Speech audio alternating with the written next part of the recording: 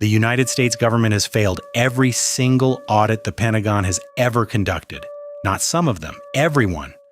$5 trillion in accounting adjustments in a single year. Untracked, unexplained, gone. You always assumed that was incompetence. Today you find out it isn't. You're a financial analyst at Meridian Defense Solutions. You've been here 6 years. You have a good title, a decent salary, a 401k that makes you feel like an adult, and a cubicle on the 4th floor with a view of a parking garage. You're not important enough to be dangerous. That's what you thought. The folder is called Archer 7. You find it while running a routine cost reconciliation on a procurement cycle that keeps throwing errors. You're not supposed to be in that subdirectory. You didn't know it existed. But the error trace led you there. And now you're looking at a document chain that connects $2.3 billion in defense contracts to a company called Vantage Systems Group that incorporated in Delaware 14 months ago. Has 4 employees, no physical address, and has never manufactured a single piece of military equipment. You close the folder, you open it again, the numbers don't change. You sit with it for 3 days. You don't tell your wife. You don't tell your colleague, Diane, who sits 12 feet away and has been here 11 years and knows where every body is buried figuratively. You now understand. You eat lunch at your desk. You stare at spreadsheets that suddenly feel like evidence. You run the numbers 4 different ways looking for the interpretation that makes this normal. There isn't one. $2.3 billion paid out across 47 invoices over 22 months to a company that exists only on paper. The contracts are stamped with approval codes from the Pentagon's acquisition office. The sign-off names are real. You look them up. 2 are senior procurement officials. 1 is a deputy undersecretary whose name appears in trade publications discussing defense modernization. These are not anonymous bureaucrats. These are people with LinkedIn profiles and conference speaking engagements and quotes in defense industry journals about fiscal responsibility.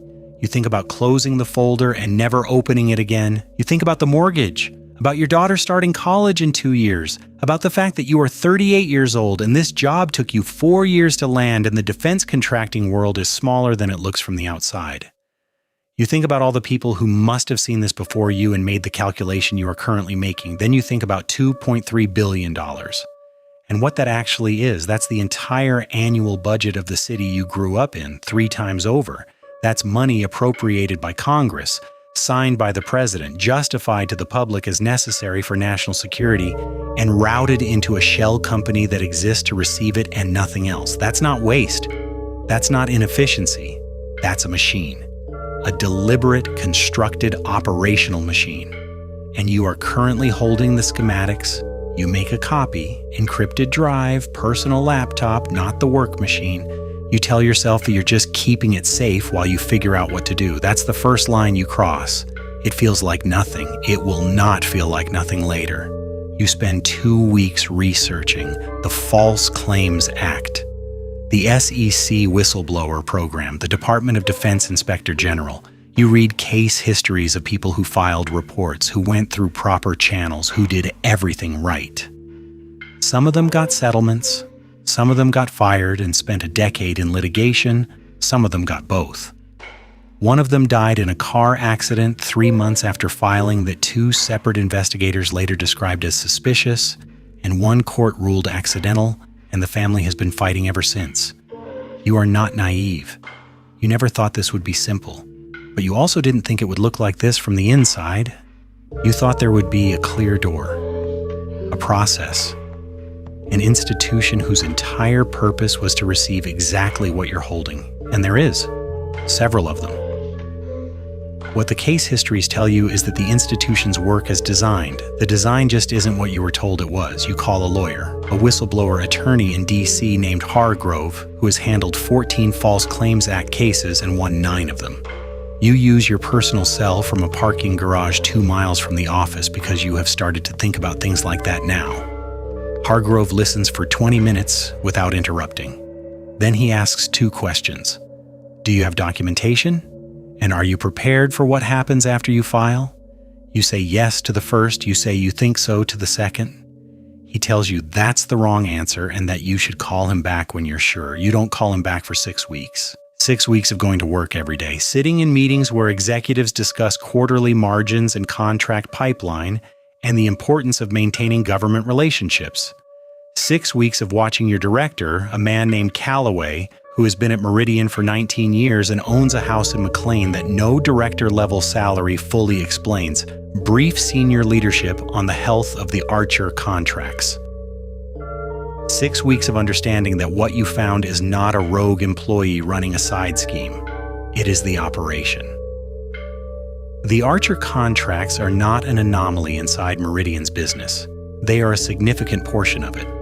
This changes the calculation in ways that keep you awake at 3 in the morning. You thought you found a crime. You found an industry. You call Hargrove back. You tell him you're sure. He tells you to come to D.C. The meeting is in a conference room that looks deliberately ordinary. Hargrove is 58, gray at the temples, the kind of calm that comes from having seen everything twice. He reviews your documentation for 2 hours while you sit across from him drinking bad coffee. When he finishes, he leans back and tells you the evidence is strong, stronger than most of what he sees. He tells you the False Claims Act allows you to file under seal, meaning the complaint stays confidential while the Department of Justice decides whether to investigate. He tells you the potential relator's share, your cut if the government recovers funds, could be substantial. He says the word substantial the way people say it when they mean life-changing. Then he tells you the other part. He says Meridian's legal team is one of the most aggressive in the defense sector. He says the officials whose names appear on those approval codes have institutional protection that does not dissolve because a financial analyst filed paperwork. He says the seal can be lifted, the confidentiality can break, and when it does, your name will be on a document that powerful people with long memories and significant resources will read carefully. He says most of his clients underestimate the timeline. These cases take years, sometimes many years.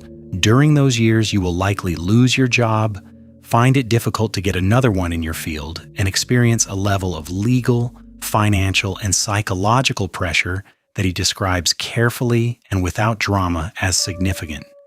You ask him what he would do. He says that's not a question he answers. He says that's the question only you can answer, and that you should take 2 weeks and answer it honestly before you come back. You drive home in silence. Your wife is in the kitchen when you walk in. She asks how your day was. You say fine. She tells you about your daughter's soccer practice. You eat dinner. You watch television. You lie next to your wife in the dark and listen to her breathing slow into sleep, and you stare at the ceiling with $2.3 billion in fraudulent contracts and a lawyer's measured voice in the face of a man named Calloway who owns a house in McLean rotating behind your eyes. You tell her on a Sunday morning. You sit at the kitchen table and you walk her through all of it. The folder, the shell company, the approval codes, the lawyer. She listens without interrupting, which is not her natural mode, which tells you she understands the weight of it before you finish explaining. When you're done, she's quiet for a long time. Then she asks one question. She asks if not reporting it is an option. You say technically yes. She asks what you mean by technically. You say you mean that legally you are not obligated to report it, that you could close the folder and go back to work and spend the next 20 years at Meridian pretending you never opened it, and the $2.3 billion would keep flowing, and Calloway would keep his house in McLean, and nobody would come after you because you are not a threat if you stay quiet. She asks if you could actually do that. You don't answer. She already knows. You file on a Tuesday in March. Sealed complaint. False Claims Act. Hargrove files it with the DOJ and sends a parallel referral to the Pentagon Inspector General and the SEC. You drive to work Wednesday morning and sit in your cubicle with a view of the parking garage and process invoices, and nobody says anything because nobody knows anything, and the seal is holding, and you are, for the moment, invisible. The seal holds for 4 months. Then Calloway calls you into his office on a Thursday afternoon. He closes the door. He doesn't sit down. He tells you that Meridian's legal team has become aware of a sealed federal complaint related to the Archer contracts, and that while the identity of the filer is technically protected, the nature of the allegations points clearly to someone with access to specific internal financial systems. He says this slowly and clearly and while looking directly at you. He doesn't accuse you. He doesn't need to. He asks if there is anything you want to tell him. You say no. He nods. He says he hopes this can be resolved internally. He says Meridian values its employees and its government relationships and that both are best protected through dialogue rather than external processes. He says the word external the way people say it when they mean hostile. He tells you to have a good evening and you walk back to your cubicle and sit down and your hands are completely steady, which surprises you, and your heart rate is somewhere around 140, which does not. You call Hargrove from the parking garage. He is not surprised. He says the seal leaking at this stage is not unusual in cases involving contracts of this scale, that there are too many people with too many interests and too many institutional positions for confidentiality to hold indefinitely.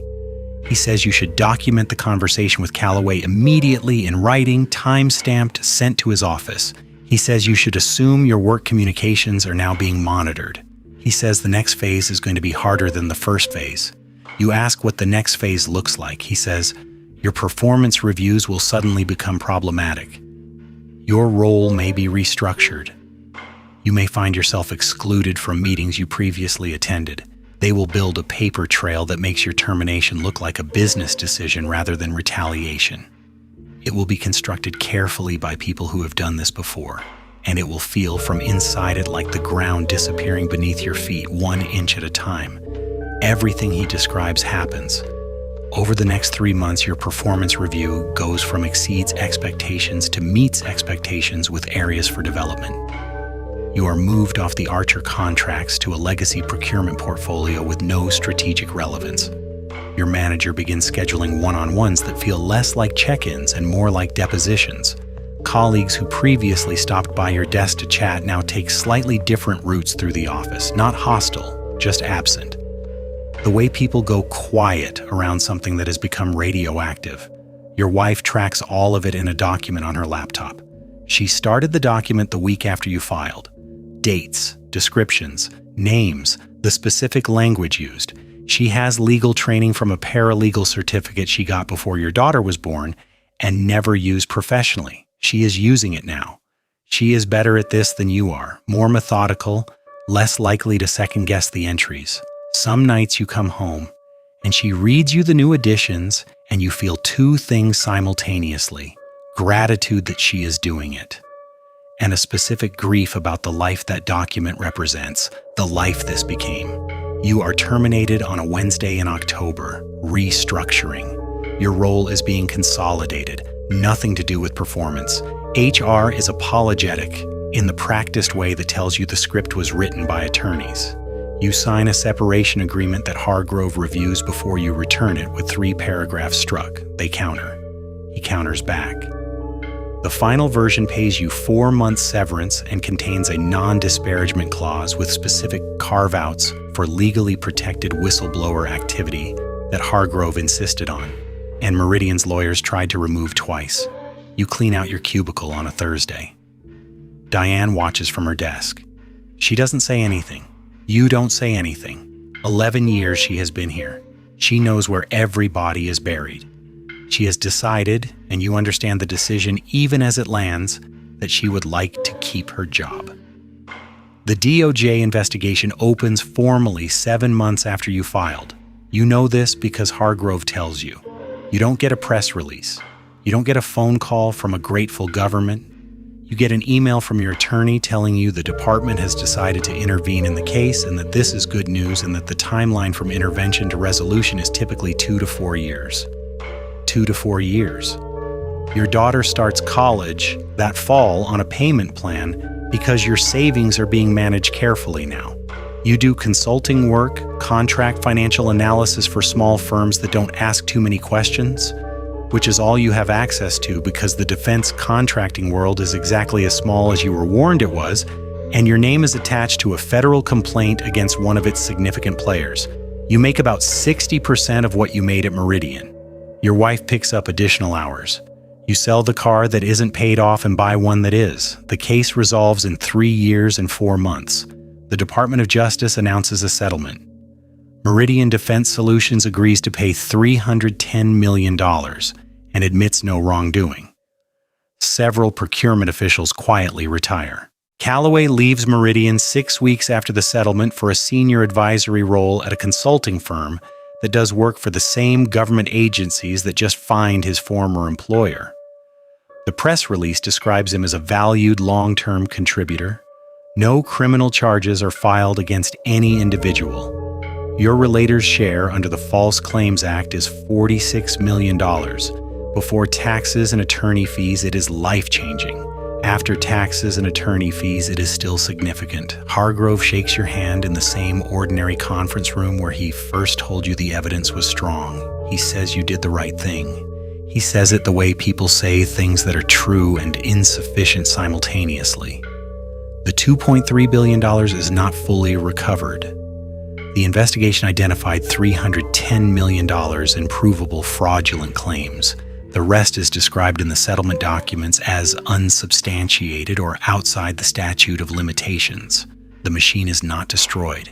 It is fined. It pays the fine from revenue generated in part by contracts with the same government that levied it. The officials who signed the approval codes are retired. The shell company is dissolved. A new contract cycle begins. You read the DOJ press release in your home office on a laptop that no longer needs to be kept separate from your work machine. Because you no longer have a work machine because you are not sure what you are now professionally and probably won't be for some time. Your wife brings you coffee. Your daughter texts from her dorm to say she saw the news and that she's proud of you. You read that text 3 times. You don't feel like a hero. You feel like someone who found a door, walked through it, and came out the other side into a world that is structurally identical to the one you left. The fraud was real. The settlement was real. The $46 million is real. And the Pentagon still cannot pass an audit. And the officials are retired, not imprisoned. And Callaway is consulting.